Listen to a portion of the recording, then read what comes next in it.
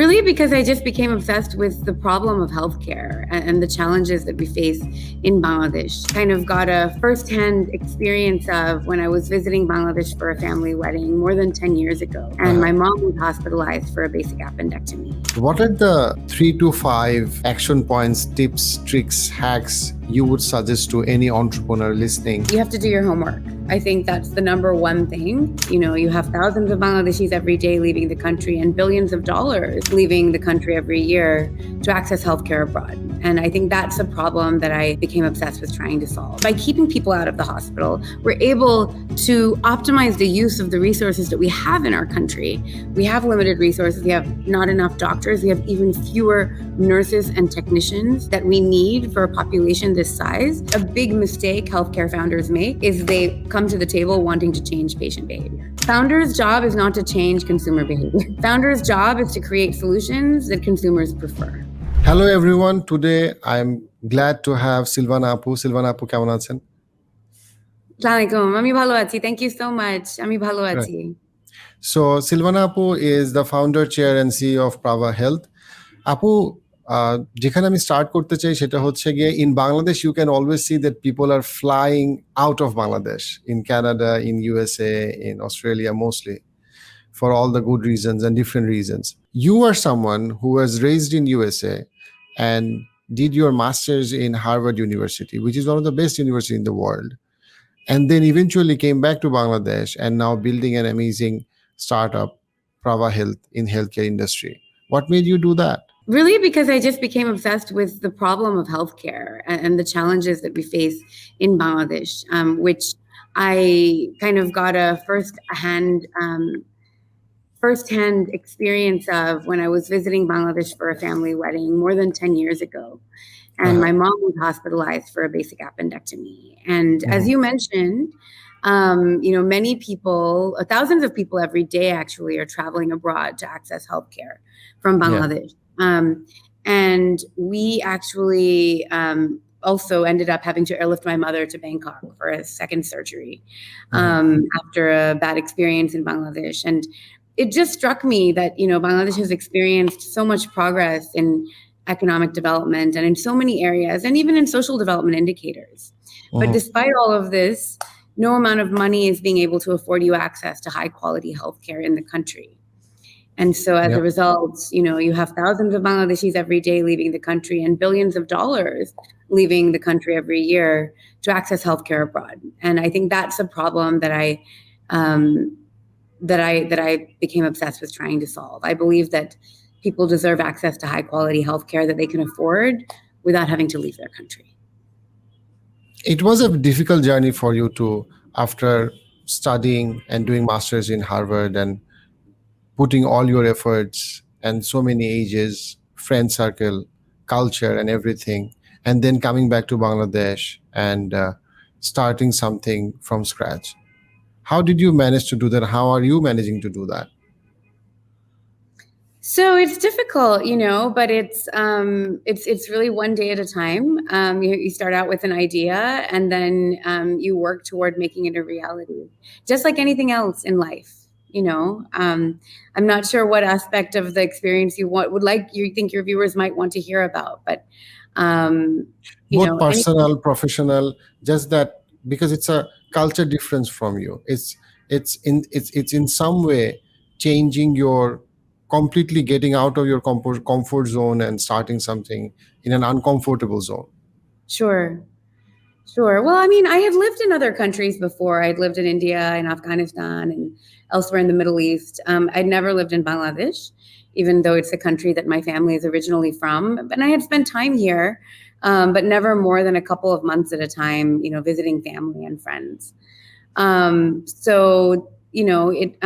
It was definitely an adjustment, but it was an adjustment. I knew it in a way. My eyes were more wide open about how different it would be than other places I had lived, because I had at least visited and spent time here. And so in those ways, I was sort of prepared for it. I had worked in emerging markets in my career in the past, as I mentioned, in the Middle East and elsewhere in South Asia. And so I had an understanding of how business is done in other emerging markets. And my work had really always been in emerging markets. And I thought I could use the lessons that I had learned to do something for the country that my family was originally from. Great, fantastic. So in the entire Bangladesh healthcare ecosystem crisis, where do you exactly see Pravaa Health? And in your journey of 6+ years, how are you solving the problem?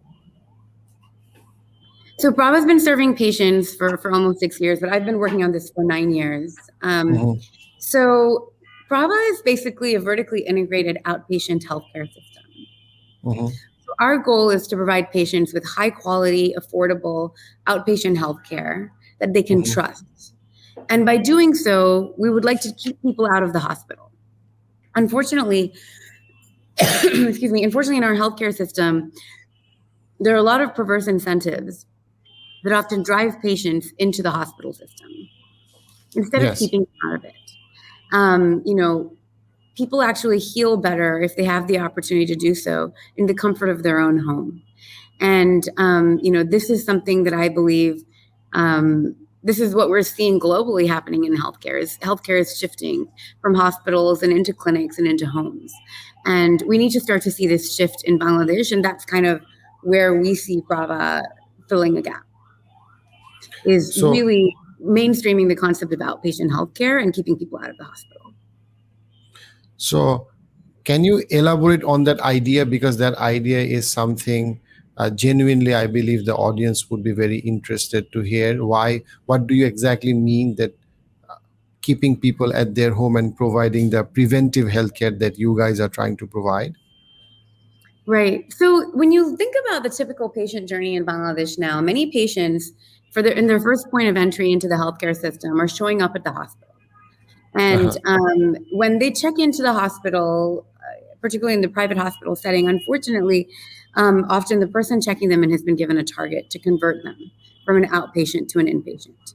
And then once someone has been hospitalized,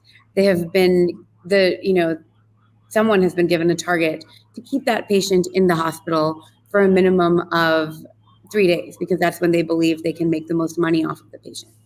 None of these things are necessarily directly aligned with what's best for the patient.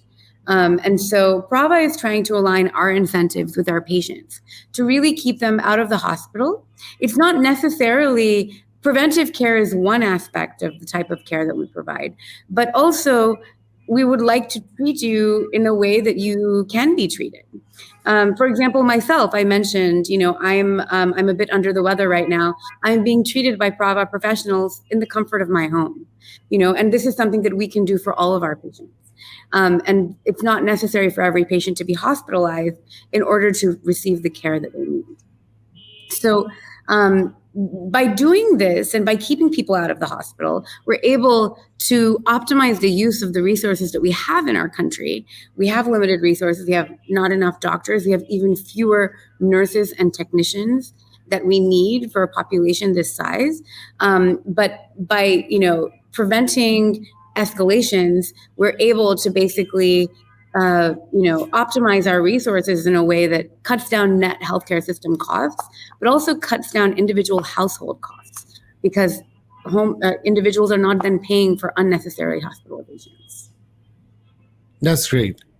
That is definitely something that is much needed, especially we are in a healthcare ecosystem where sometimes providing too many medications or too many tests is something which is very common, purely because the commission-based structure, multi-layer commission-based structure, which creates a type of informal corruption and normalizes it when it is done for years.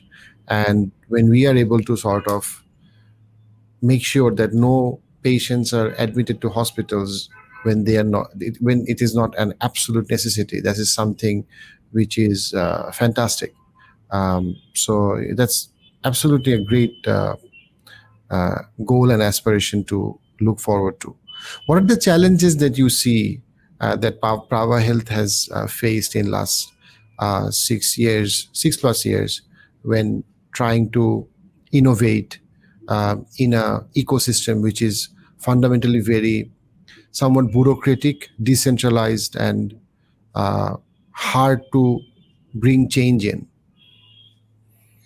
So there are always many challenges. It's always challenging to disrupt, right? As you also would know, I think. But I think that healthcare is really complicated, and I think it's important that we have patience and that we move in a measured, appropriate rhythm to achieve the change that we want. And I think we do this in a number of different ways. So first of all, we do have a team that includes people like myself, who I never worked in healthcare before I started this company. So I'm always coming at it from the patient perspective. And then we have many, many people on our team who are deeply embedded in the healthcare system and have worked in healthcare their entire careers. But many of the people who work at Praava have also had exposure and experience working abroad. They've seen the way healthcare is being delivered all over the world. Our chief medical officer, for example, her husband was a diplomat and she lived and worked and practiced medicine all over the world. And so she has the imagination for the kind of healthcare system that we're trying to build and that we want to try to bring to Bangladesh. And so I think, when I started the company, I really thought human resources would be the biggest challenge, and it has been a challenge indeed. But we're very lucky in terms of medical professionals and doctors in particular. In terms of doctors, our attrition rate is actually 0%. Once the doctor comes to work at Praava, they tend to stay. The nursing and technician challenge also does remain, certainly. I think that we do face challenges with, training up professionals and then having them recruited by the government, for example, which often offers benefits that we can't really compete with. Those challenges are there. The biggest challenge I think we face as healthcare disruptors, and this is true not only of Praava, but I would say of many of the other companies that are trying to innovate in this space, is access to capital. We have not yet seen, unfortunately, venture capital come to healthcare in a really meaningful way. We hope that will start to change. But Praava, for example, has raised $15 million in equity from angel investors. We're very, very blessed to have some incredible people on our team. But unfortunately, in terms of institutional capital, we have not seen, investors come into the space in the way that we would have hoped. So when you say that Praava has raised 15 million from angel investors, does those angel investors mostly based in Bangladesh, or they are expats or people from outside who believed in the dream of Praava? Yeah, our shareholding is in Singapore. So our investors are by and large foreign investors. We do have a few who are Bangladeshi, but mostly they're foreign investors. Many of them are from the diaspora. Our lead investor is half Bangladeshi, half American. And so, it is a mix. We have investors such as Dr. Omar Ishraq, who's also another member of the diaspora, former chairman and CEO of Medtronic and former chair of Intel as well. So we have been very lucky to bring some people who can help guide us strategically in terms of the direction of the business in a different way than many other angels might. So even though we don't have institutional capital and strategic investors in the traditional sense, a lot of our angels do end up serving that purpose. That's fantastic. So it's very common in the startup ecosystem to hear that when a Bangladeshi startup is reaching out to an angel investor or an institutional venture capital, there is an additional challenge for Bangladeshi startups to sell the Bangladeshi story. So, yes. So what have you faced, and how have you sort of dealt it?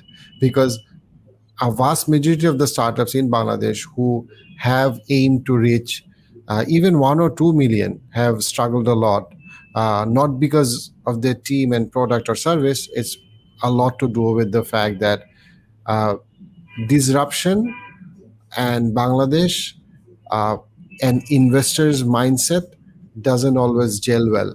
How have you dealt with it? And yeah, No, definitely. I think a lot of the pitch ends up being about Bangladesh because a lot of investors are simply not familiar with the Bangladesh opportunity. And so there's nothing we can do to really fight that reality. We have to accept it and address it. So I think that really has to be embedded in the way you pitch the business. And there's only so much we can do. You know, if investors don't have an allocation for a Bangladesh venture, then all we can do is continue keeping in touch with them, continue selling them on the opportunity, and continue trying to get them to really, trying to get them to understand how big our opportunity is. I think it's really unfortunate. I think Bangladesh suffers a marketing challenge. It physically falls between the cracks. It's not Southeast Asia. It's not Indo-Pak. It's literally physically in between those two things. And so I think a lot of people just, have overlooked it for a long time, but it's starting to change. I think I would say I've been fundraising for this company and for this country for more than 8 years now. And I have seen an evolution in the way people think about it, but the thinking evolution and the mandate shift are two different things, unfortunately. So we're still waiting to see a lot of mandates actually shift. But, HSBC is projecting Bangladesh to be one of the 30 largest economies in the world by 2030 in 7 years. And once again, this year, Bangladesh is the fastest growing economy in the world. And so we have huge opportunities here. And I think whatever I can do to use my platform to educate people on that, I'm always happy to do. And I think all of us founders take that opportunity and challenge on. Yeah, great. So just exactly on that note, before we come back to healthcare and Pravaa Health, what are the 3 to 5 main, I would say, action points, tips, tricks, hacks you would suggest to any entrepreneur listening or any startup founder listening who's trying to raise funds but struggling, or thinking about raising funds but have very little clue about how exactly to approach in a meaningful way to different set of investors? Yeah. No, it's a great question. I think you have to do your homework. I think that's the number one thing. You have to do your homework. There are tons of resources available online, and I mentor a number of founders in this country and have shared with them some of them, and always happy to share those. Guy Kawasaki has a thing of the 10 things you need, the 10 slides you need in your pitch deck. I think the flow of the story that you tell should follow a general standard template of how the story flows, because that's what investors are used to listening to. In terms of the content of the deck, you have to make sure that you understand it, that you can defend every number that you are representing on your deck, and that you understand what it is that you're selling, right? And that's not just an idea, but also a business model. You need to demonstrate that you understand that this is a business, that you understand or have an estimation. If you're pre-revenue, you have an estimation of how you're going to grow revenue, and then also how the economics of that business works.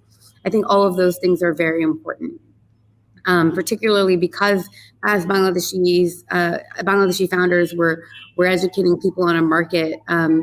We need to make sure that if we're going to bring investors here, that we can defend what we're bringing them here for, and that we can give them confidence that they're investing in solid businesses that are going to grow and that are going to stand the test of time. Why do you think that local businesses and local corporations are less optimistic about investing in startups like Pravaa Health? Because if you look at China or USA or Europe, or you will always see that their local major corporations are leading the boards. But in Bangladesh, we see that startup investors are usually more than likely have investors from outside. And then usually the question pops up that in the foreign investors' mind, that why aren't your local bigger players believing in your case? Where do you think that the ecosystem is not doing enough to build confidence within Bangladeshi startup ecosystem? So I don't think it's fair to say that anybody's not doing enough. I think it's just an evolution of the market. I think the market is still immature. I think that it's immature in terms of the sophistication of the angel investors, and it's immature in terms of the sophistication of the investing ecosystem altogether, right? We don't have there's two Bangladesh-focused venture capital funds that are raising right now. We need them to build up and scale. But I think like all of that is still in the early days.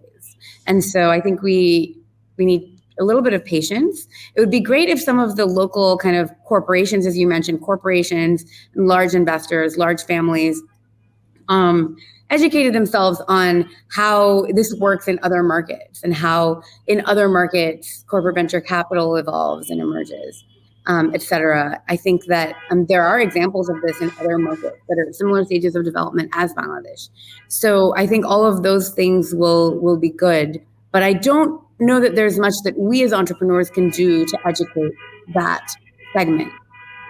Even we see, firm like BRAC, right? BRAC has copied Praava's model instead of investing in us, right? So this is happening across the board, and we're still living in an environment where the copy model is the preferred one to the invest model. Even though I think as you mentioned, we see in other markets, the invest model tends to be more successful. Yeah, in long term, because if one family or one group is trying to solve every problem in the society, probably that's not the best model. Partnership and collaboration is usually, and this is a case that I have seen in Bangladesh, unfortunately, many times.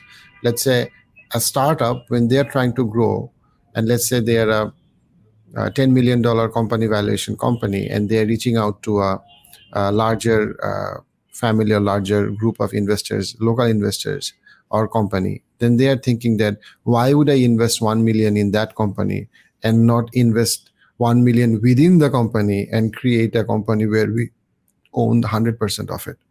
Right. It's the ownership thing that they're still thinking of, unfortunately, instead of understanding that this other company has already done a lot of work and has built a lot of value that would take a lot longer to build up from scratch. I guess one of the struggle or issues is that when we see big companies, like we see Facebook or we see Coca-Cola, we usually see that they are very focused on one thing, building one thing, and then they are more comfortable to invest in 50 different companies or 500 different companies. In Bangladesh, we see that one big company is investing in or working in parallel in cement company, real estate company, soda companies, drinking companies, food companies, beverage companies, and agri companies, you see?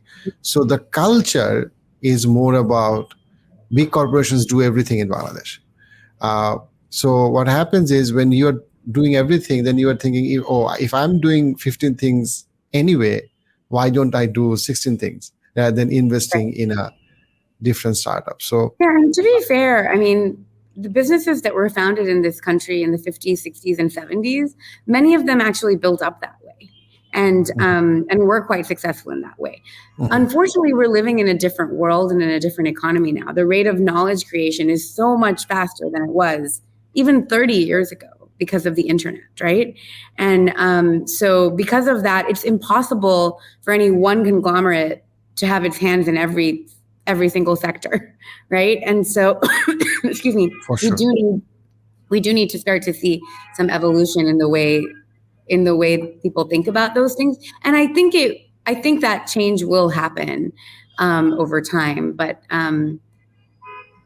maybe we need to see, I think those are lessons that will just have to be learned. One of the challenges that I see that Pravaa Health faces and will face, and that is something that I would really want to hear from you, is you are trying to change the habit of people in terms of how they see doctor-patient relationship as a whole, or doctor-patient-hospital relationship. Definitely, you are trying to do it in the best of ways with the best of intentions. But changing a habit is not easy, changing the habit of doctors, nurses, professionals, and patients, because sometimes patients are seeking medicine. Patients are thinking about getting themselves admitted to hospital.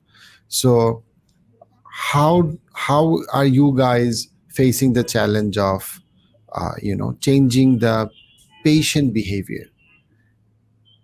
We don't think about changing patient behavior. We're not here to change patient behavior. We're here to create solutions that patients prefer, right? Mm-hmm. I think that a big mistake healthcare founders make is they come to the table wanting to change patient behavior. Founders' job is not to change consumer behavior. Founders' job is to create solutions that consumers prefer. So when I started using a smartphone, right? Mm-hmm. I remember actually even before the smartphone, right? Around 2006, 2007, they came out with a camera phone. I don't know if you remember the camera phone, right? And I still remember thinking, why do I need a camera with my phone? This is the silliest thing. But eventually I realized it's so much better than carrying a phone around, right? Yeah. The job of entrepreneurs is to create solutions that are 10 times better than what exists. And so that's what we at Pravaa are trying to do, is create a solution that's 10 times better than the status quo. I'll give you one example. The average amount of time doctors spend with patients in Bangladesh is 48 seconds. At Pravaa, we guarantee 15 minutes. So it's up to the patient. What do you prefer? A doctor who gives you no time, or a doctor who gives you 15 minutes? We don't need to change patient behavior, but if a patient wants to spend time with their doctor, they can do it at Pravaa. Yep, that's a great way of looking at the challenge. So how do you think that in the entire healthcare ecosystem, so there are multiple stakeholders, and definitely you have, in your market research, you have seen that in practices and in healthcare, there are layers of corruption in the name of commission, in the name of, like you said, that someone is getting paid to get a patient admitted, someone is getting paid to keep the patient longer in hospital and all of that. So how have Pravaa dealt with that challenge? Like in LifeSpring, we have faced that struggle, because there are usually in a mental health care service center, there are sometimes even professionals are used to getting many layers of commission, which makes them biased towards sometimes over-prescribing or sometimes over-admitting. So we have strictly tried to maintain that healthcare compliance, where patients' need is more important than anyone else's any form of interest. And definitely what you mentioned about time is something which is definitely every patient wants more time from doctors and from psychologists, from any healthcare professional.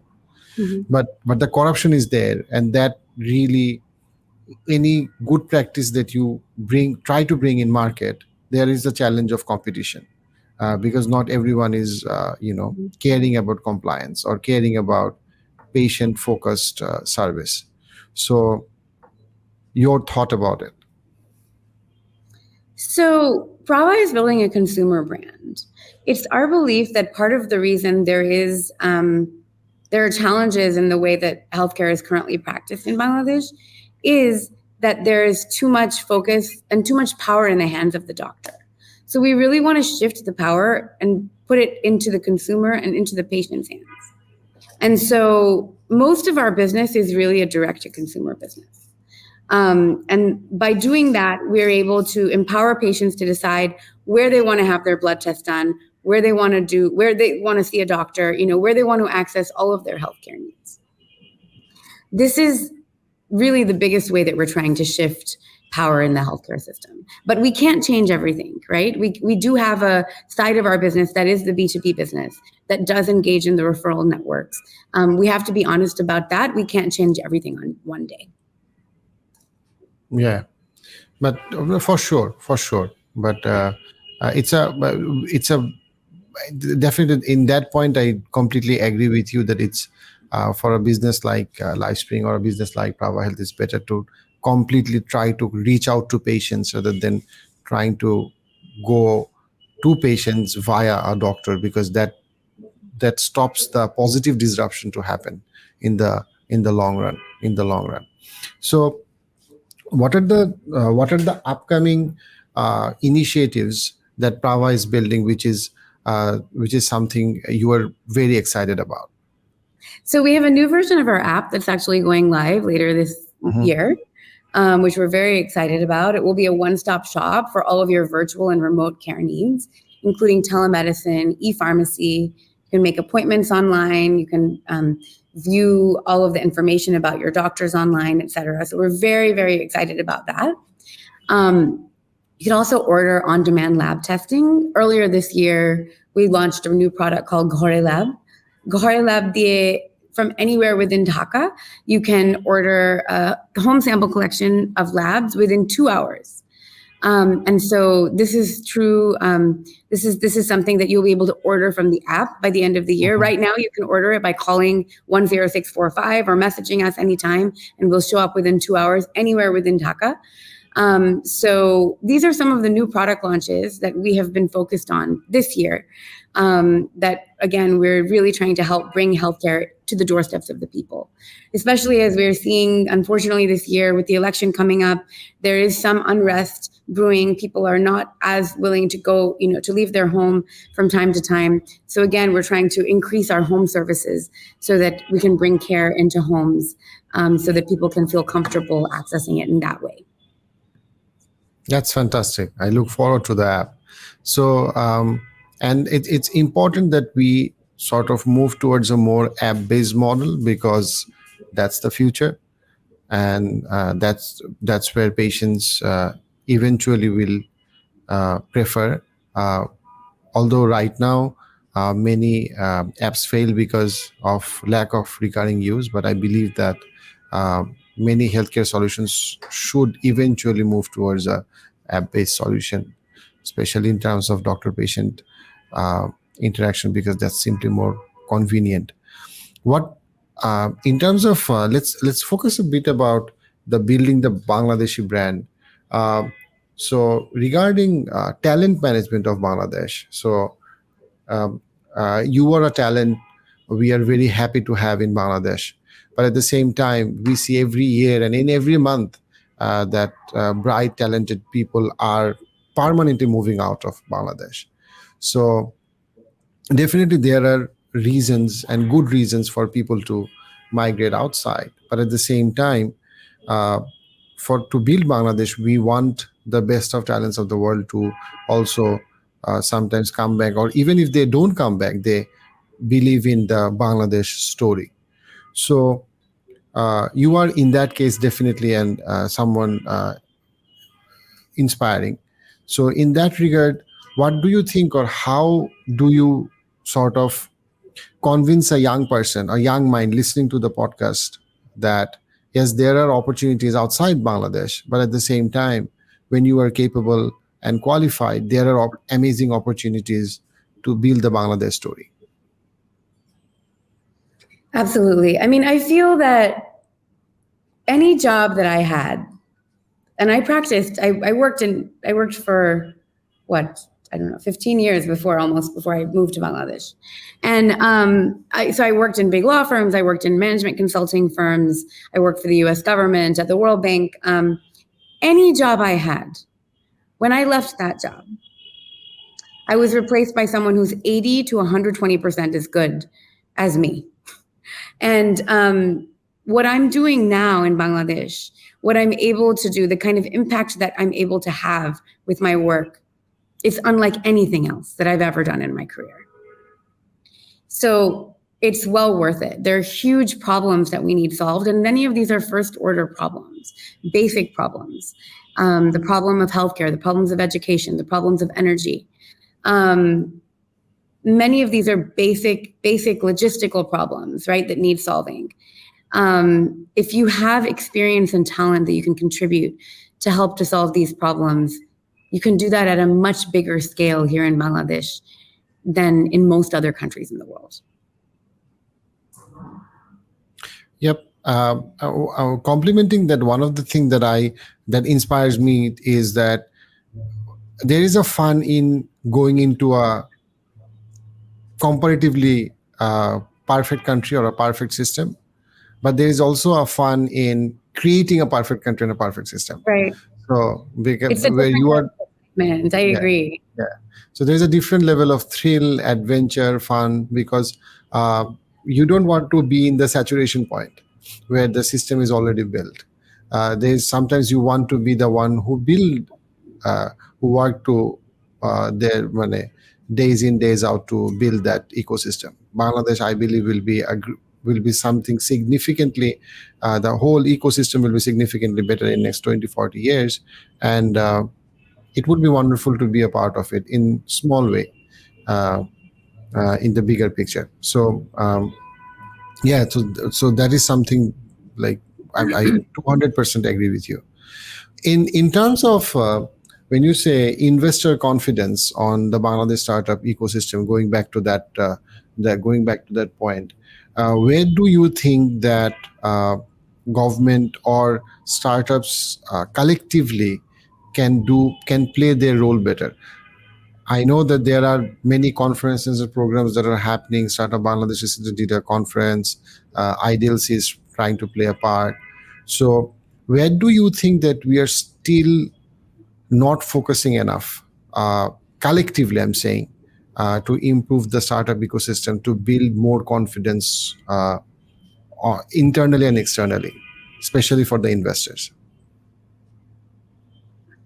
So I think internally, one of the things we need to do is invest more in graduating more engineers every year. We need more engineering schools. We need more vocational training. You don't need a 4-year degree to be a coder or programmer. You can do a 2-year degree. Some people are doing it even out of high school, but we need to be graduating more engineers every year. And I don't even know that we're properly tracking how many engineers we are graduating every year.